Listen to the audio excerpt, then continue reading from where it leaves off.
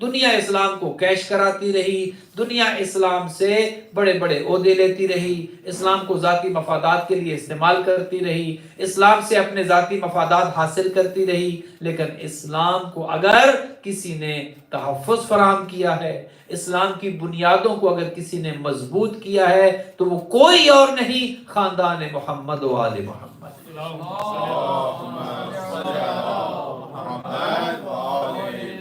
ہمیں اعتراض نہیں ہے، بڑی بڑی شخصیات ہوں گی تاریخ میں، مسلمانوں میں بڑی بڑی شخصیات ہوں گی، لیکن انہوں نے اسلام سے فائدہ حاصل کیا ہے، اسلام کے لیے کیا کچھ نہیں ہے۔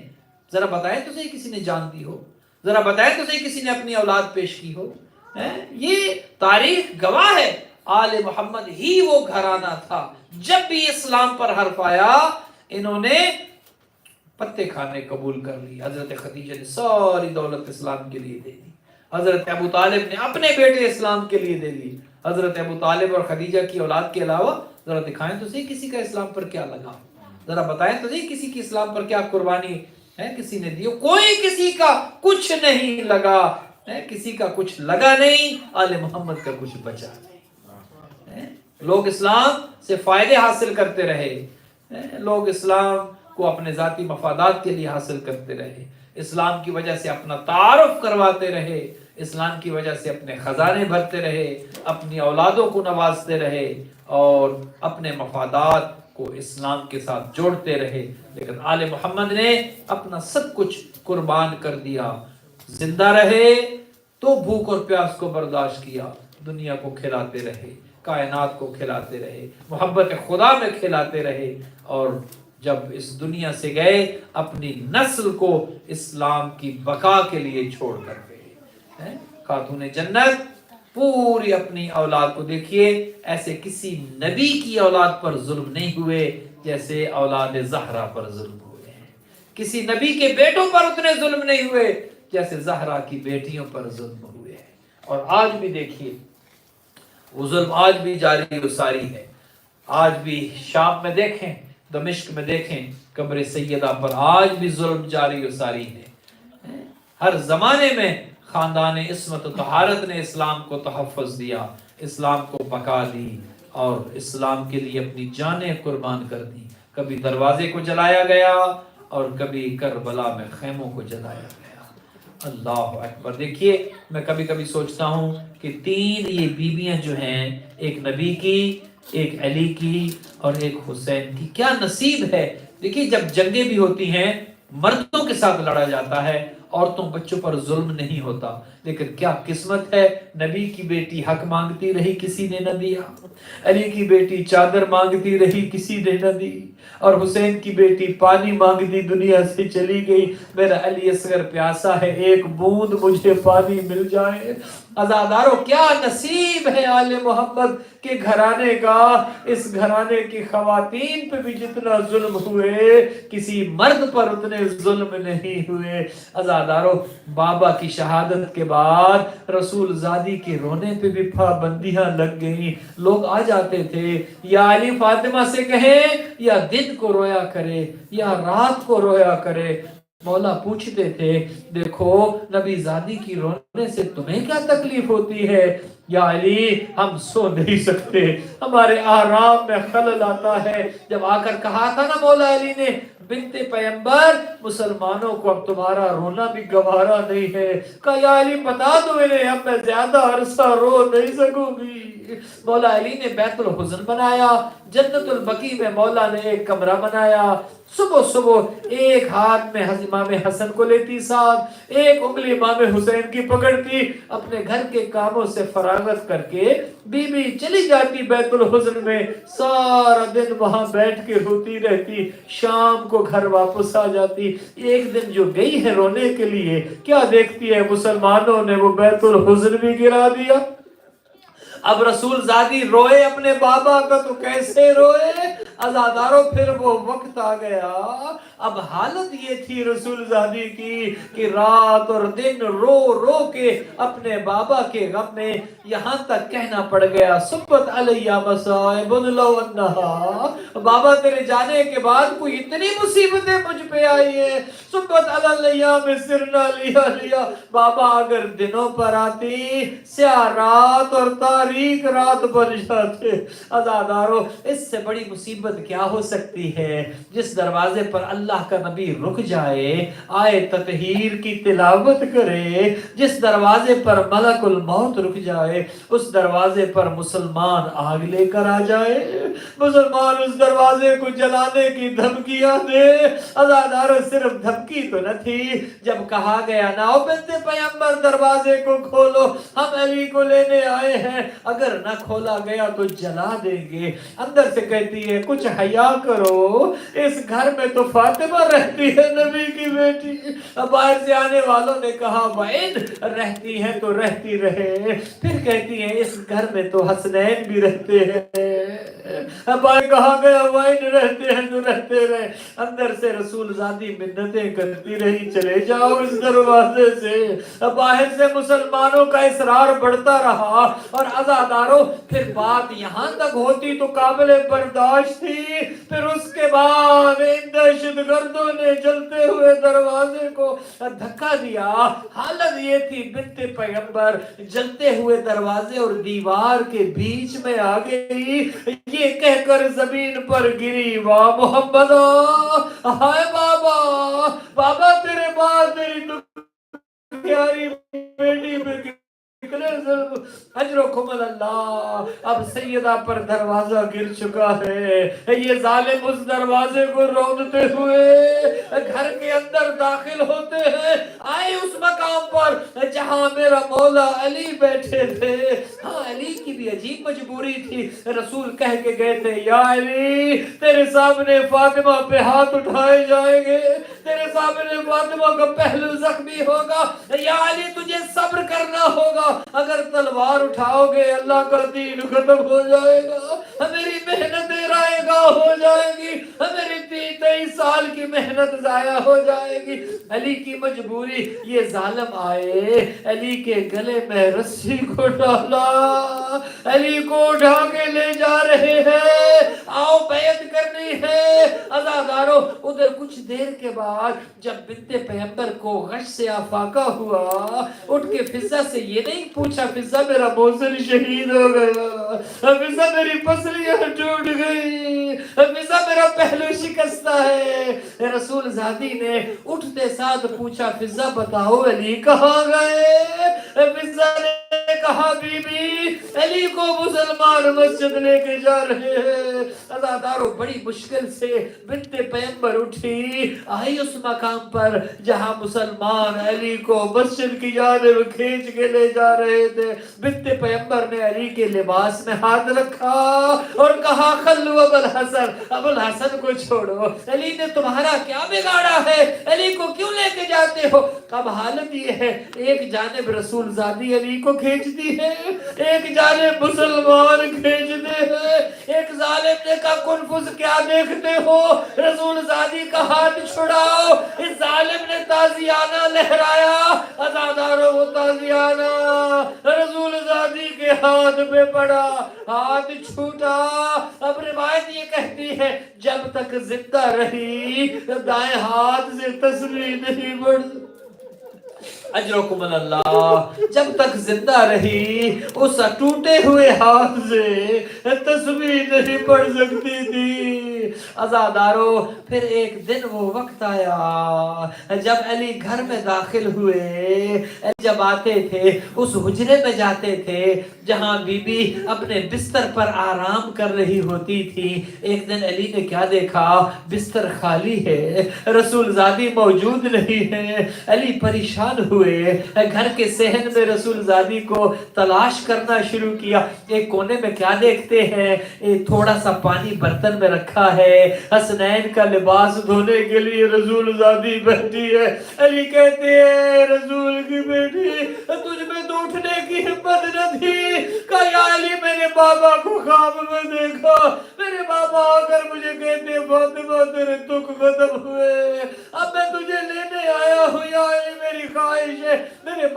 چھوٹے ہیں، میں اپنے بچوں کا لباس اپنے ہاتھوں سے دھو کے چلی جاؤں، اپنے حسنین کا کھانا اپنے ہاتھوں سے تیار کر کے چلی جاؤں۔ عزاداروں، پھر علی کو بلایا، وصیتیں کی، یا علی جب سے آپ کے گھر آئی ہو میں نے کوشش کی ہے آپ کے حق میں کوتاہی نہ ہو، یا علی اگر زہرا سے کوئی کمی رہ گئی ہو۔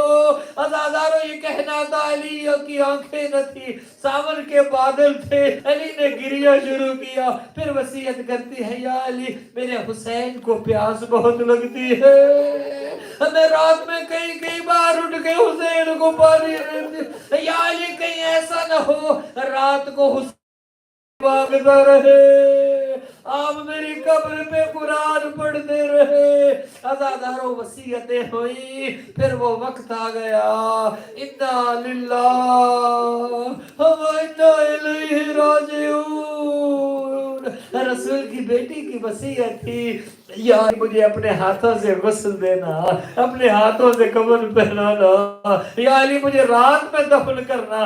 عزاداروں، علی نے غسل و کفن دیا، فاطمہ کا جنازہ تیار ہو گیا، علی نے سینے خانہ میں جنازہ رکھا، اپنے بچوں سے کہا، یا حسن و یا حسین، یا زینب و ام کلثوم، ہلموا وتزودوا من امکم، آؤ اپنی ماں سے آخری ودا کر لو، اب جنت میں ملاقات ہوگی۔ عزاداروں، امام حسن آئے، ماں کے جنازے سے لپٹ گئے، بی بی زینب و ام کلثوم آئی، جانتے ہو کیا سن ہے؟ 7 اور 8 سال کے شہزادوں کی سن ہے، 5 اور 4 سال میری آقا زادیوں کی سن ہے۔ دعا کرو اس عمر میں کوئی یتیم نہ ہو، کسی کے سر سے ماں کا سایہ 4-5 سال کی عمر میں نہ اٹھے۔ عزاداروں، بچے آ کے ماں کے جنازے کے ساتھ لپٹ گئے، حسین دور بیٹھے رہے، میرے آقا علی کہتے ہیں، حسین کیا ماں سے ودا نہ کرو گے؟ کیا بابا میری ماں فخر مریم، میں فخر عیسیٰ، عیسیٰ کی ماں نے عیسیٰ کو بندے کفن کھول کے بلایا تھا، بابا میری ماں مجھے بلائے گی، یہ کہنا تھا، انت وحنت وقدت یدیہا، بندے کفن ٹوٹا، فاطمہ کا ٹوٹا ہوا ہاتھ بلند ہے، آؤ میرا حسین، آؤ میرا کربلا کا غریب بیٹا، آؤ میرا بیٹا جس کے لاشے پہ گھوڑے دوڑے، میرا حسین۔ حسین آئے، ماں کے جنازے سے لپٹ گئے، عزاداروں ہاتھ میں غیبی کی آواز آئی، علی حسین کو ماں کے جنازے سے جدا کر لو۔ فرشتوں نے تسبیحیں چھوڑ دی، حوروں نے ماتم لجر کیا، حسین ماں کے جنازے لعنت اللہ علی القوم الظالمین وسيعلم الذين ظلموا أي منقلب ينقلبون إنا لله وإنا إليه راجعون۔ خدایا تجھے اپنی عزت و عظمت کا واسطہ یہ سے روزہ مجالس ہم سے قبول و منظور فرما۔ در زینب کی انتظامیہ نے انتہائی عقیدت کے ساتھ، انتہائی محبت کے ساتھ خاتون جنت پیغمبر اکرم کی دکھیاری بیٹی کا غم بپا کیا ہے، خدایا ان کو اجر جزیل عطا فرما۔ جس مومن بہن بھائی عزاداران سید الشہداء، عزاداران خاتون جنت نے ان مجالس میں دام درہم سخن قدم میں حصہ لیا ہے، والنٹیئرز نے، خدمت گزاران نے، خدا بانیان مجالس نے، پڑھنے سننے والوں نے، خدا اس کو اجر جزیل عطا فرما، سب کی خدمات کو قبول و منظور فرما، سب کے گھروں کو تا قیامت آباد و شاد فرما، سب کی نسلوں میں یہ ذکر محمد و آل محمد جاری و ساری فرما۔ خدا مند منان ہم سب کو خاندان عصمت و طہارت کے شیعوں میں، محبان میں اور ان کی پیروی کرنے والوں میں شمار فرما، موت سے پہلے توبہ کی توفیق عطا فرما، خدایا مقامات مقدسہ کی حفاظت فرما، خدایا شام کے روزوں کی حفاظت فرما، علی کی بیٹی اور حسین کی بیٹی کے روزوں کی حفاظت فرما، دشمنان اہل بیت کو ان کے مذموم مقاصد میں ناکام و نامراد فرما، خدایا در زینب کی رونقوں کو دوبالا فرما، خدایا اس کے منتظمین کی توفیقات متعالی فرما۔ اللہم تقبل منا انک